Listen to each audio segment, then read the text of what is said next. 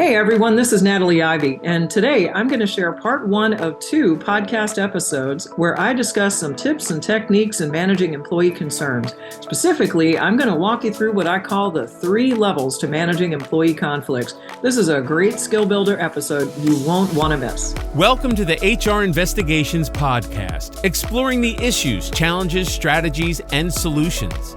Sponsored by RPCHR and hosted by Natalie Ivy, an HR consultant, licensed PI, and author of the best-selling book, How to Conduct Internal Investigations, a practical guide for human resource professionals.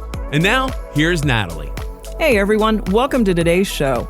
Today, I'm excited to talk about how to resolve employee concerns, sometimes called departmental drama, and how to go about resolving conflicts. Unfortunately today, we have a lot of very conflict-averse employees. They just would prefer to shift the workplace relationship issues onto HR and employee relations professionals. They just don't want to handle them on their own. And, a lot of these relationship issues are really involving supervisors and managers. So let's get started and let's talk about a few important things in resolving these kinds of employee concerns. One of the first things to resolving these issues is the intake process. And when employees come to you, whether you're an HR professional, employee relations, you work in ethics, or even if you were a manager or a business owner listening to this, the first thing you have to do is acknowledge an employee's feelings and don't just jump to conclusions. Now, I know some of you, and I talked in my last episode about frequent flyers, and I had one in my career whose name was Maxine, just a chronic complainer, and nothing ever suited her. And you kind of almost can fill in the blanks when an employee starts with a few syllables out of their mouth, and you're like, oh no, here comes this person again, and I know what they're going to say. And you kind of fill in the blanks, and what that does is it causes you to jump to conclusions. And that's not a good thing. Every individual complaint has to be a stand-alone. Now, if this becomes a really habitual pattern with employees and you're launching frivolous investigations and it's been 4 or 5 times, this is where you do need to sit down with your senior leadership and have a conversation also with legal, because quite frankly, this is a person who is now really wasting your time, and it might even be that the pattern is showing that they're really raising fraudulent allegations. And particularly if they're targeting 1 or 2 particular individuals. It may be that at some point, this might require a serious disciplinary warning. Again, I wouldn't do that without the advice of counsel, or it could be at some point you offer a separation agreement with that type of individual. Obviously, they're really, really unhappy, and at some point you have to kind of put a stop to these repeat offenders. Now, let me just be clear. I am not suggesting that just because someone complains 2, 3 times about something that you're going to start teeing this up to fire them. That would be really a bad idea, because that on its face could look like you're retaliating against them. And those cases are quite expensive today. What I'm talking about are really, really habitual folks where there's never anything substantive in what it is that they bring forward, and never take action without coordinating with your legal counsel. But getting back to the initial intake, we have to really focus on employees' concerns and how they feel about it.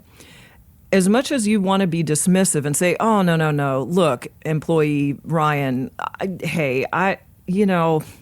I've worked with your boss, Bob, for a lot of years, and, you just need to get his sense of humor or whatever, or you just need to realize that he's just a different style and it just takes a little getting used to. Okay, don't do that. You're essentially saying right out of the gate that you're siding with the manager and that you're not listening to what Ryan, the complainant, is saying, and that's called bias. Don't do it. You have to acknowledge an employee's feelings. So here's how that might sound at the complaint intake. Ryan, look, I can see that this situation is frustrating for you.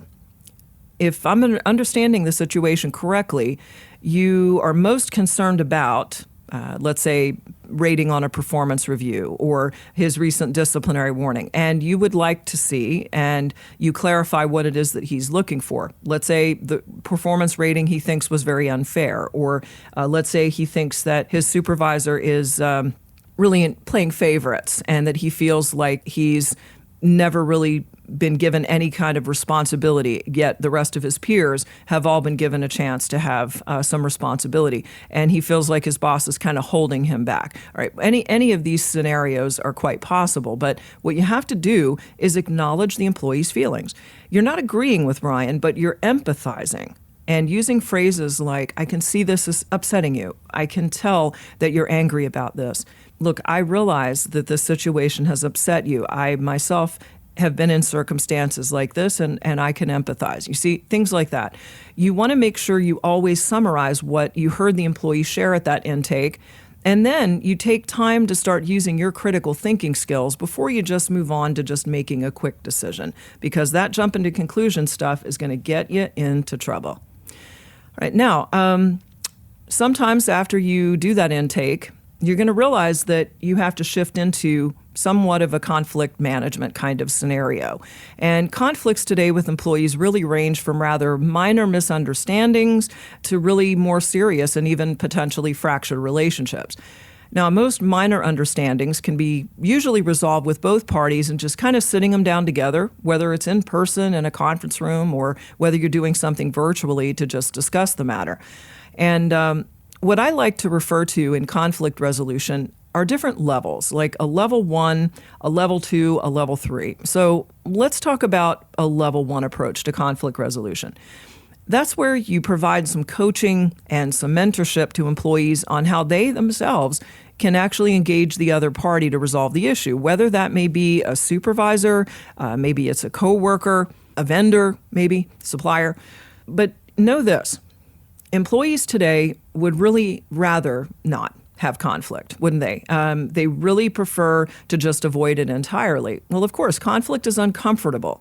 But the thing is, when employees are working with us today, they are not children in middle school or high school. These are professionals who are deriving a salary for work to be performed. These are grown-ups. So there is a very basic expectation that an employee who is working for you should be able to manage their workplace relationships. And when they are trying to abdicate that to others, such as HR or employee relations or ethics, doesn't work that way. So your job, whether you're in HR or employee relations, is to help them understand the importance of them being involved in the resolution process. And I'll tell you, my feeling has always been deal direct. One-on-one resolving things, because the more parties that you get involved in a conflict generally is when things just get a lot bigger and it gets more complicated and things can get really out of hand. Think about 3 people in a relationship. You have a married party and a mother-in-law intervenes. It's generally not going to work out well, is it?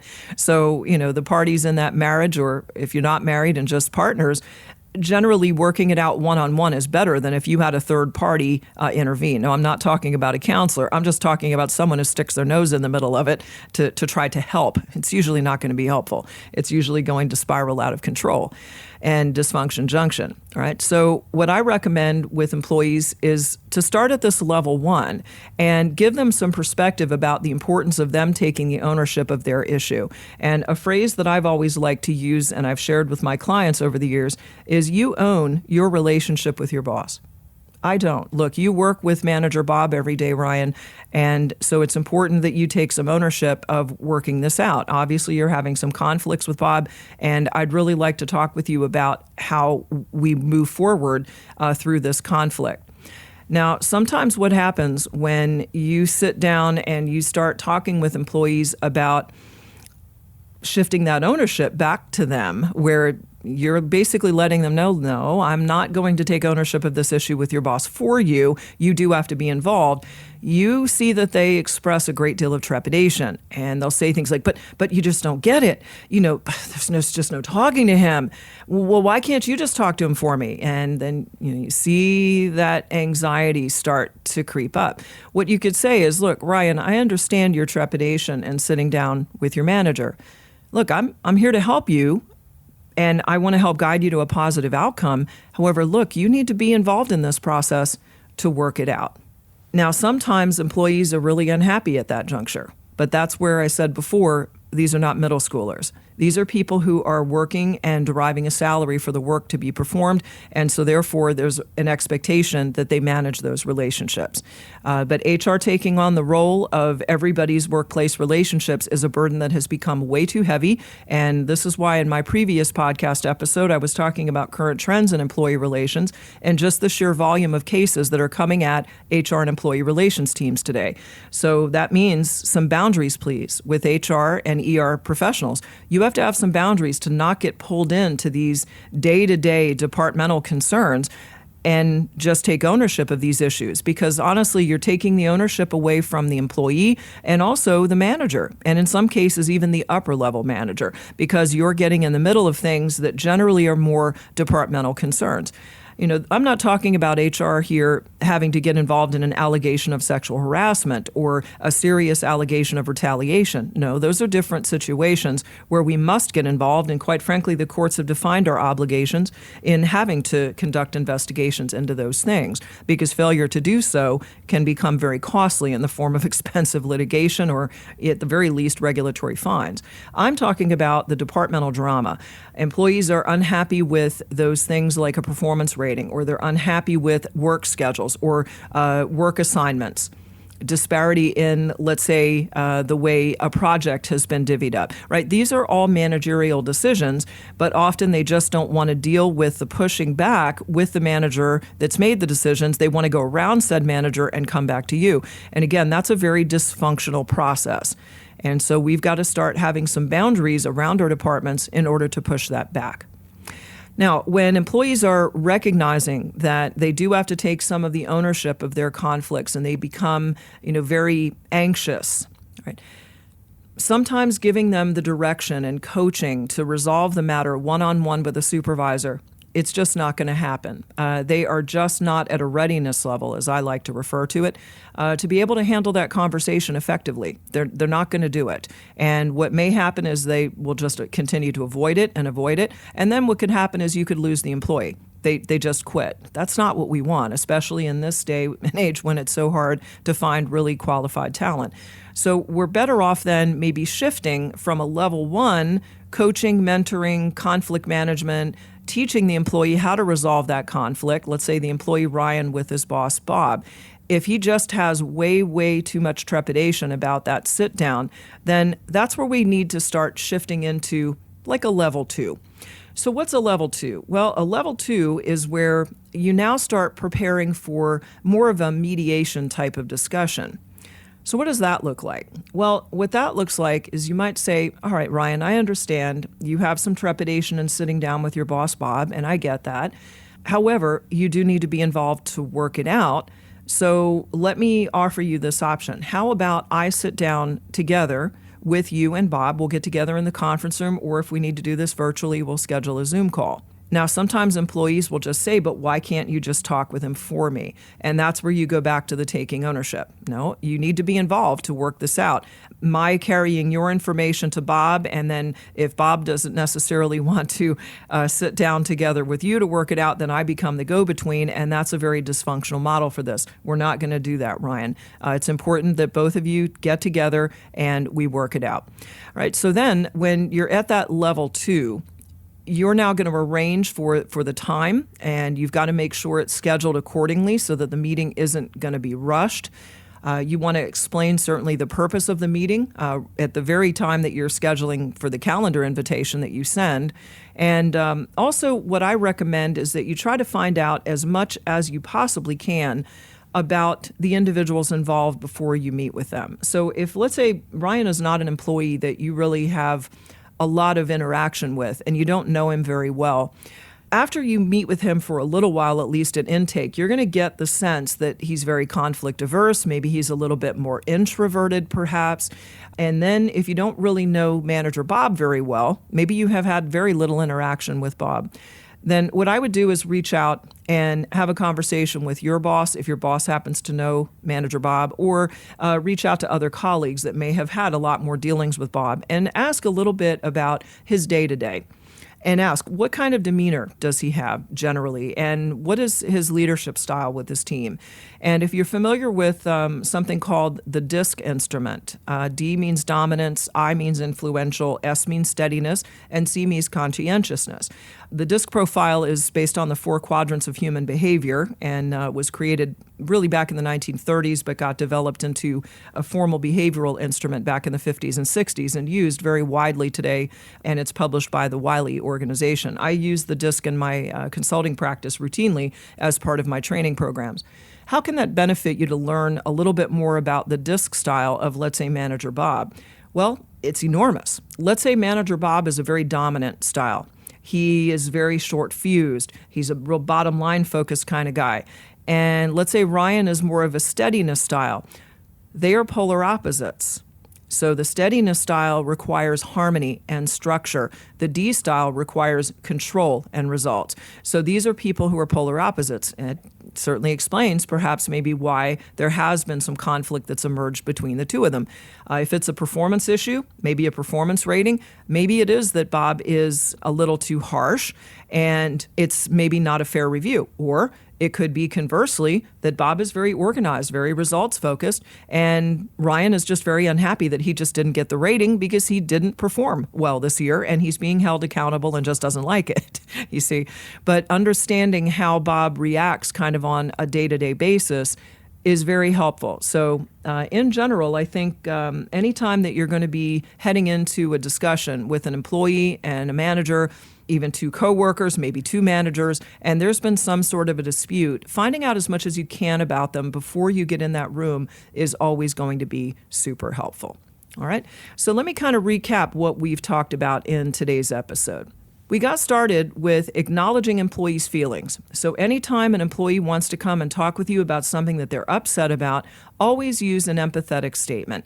Again, you're not agreeing with them, but you're at least hearing their feelings. And that's the first step toward getting them to communicate even in a little bit more rational way, because sometimes when they come to you, they're really, really fired up. And if you want to get them to simmer down a little bit, the first step is to acknowledge those feelings and communicate with them also with an even and smooth tone to your voice, and don't allow yourself to get kind of pulled in with kind of the tempo, the cadence of their voice or even the volume level of their voice. You always want to maintain that sort of mid-tone and pace because you're really approaching the situation very rationally and logically, not emotionally.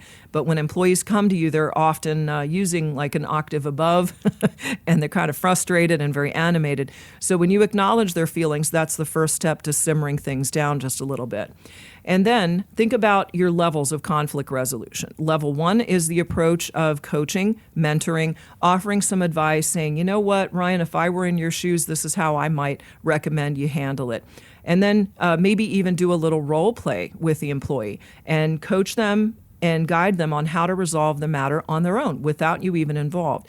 But if that is really not a successful approach, the employee has a great deal of trepidation, they're not at a readiness level to be able to handle it, then at that point you want to move into that level 2, as I said. This is where it shifts into a mediation type of discussion. And you need to be prepared, as I said, as much as possible to understand a little bit of the dynamics with the players involved. So if you aren't familiar with the DISC, then I would suggest that you do a little bit of studying. There's some cool information out there on the web that you can find out about it. And if you're interested in obtaining your own profile, just reach out. You can just go to our contact page at rpchr.com, and one of my consultants will be happy to do one of those for you. All right, so that is it for today. I hope I've given you some really great tips on how to handle the intake process when employees are unhappy campers, and teach you a few things on how to resolve those concerns. All right, so that's it for today's show. And in my next show, I'm going to be talking about the level 3 part of conflict resolution, and I'm going to walk you through the steps in a mediation meeting, some things to think about in preparing for it, as well as the structure of a mediation meeting to work out that level 3. See you next time. Thanks for joining us today on the HR Investigations Podcast. Be sure to subscribe, like, and share the show with any colleagues who will benefit from our strategies and solutions. For free bonus resources, simply visit hr-investigations.com. And remember, if you'd like some help with improving your investigative skills, or if your organization is in need of an external investigator to help with a case, please get in touch with us. Thanks for listening, and we'll see you in the next episode.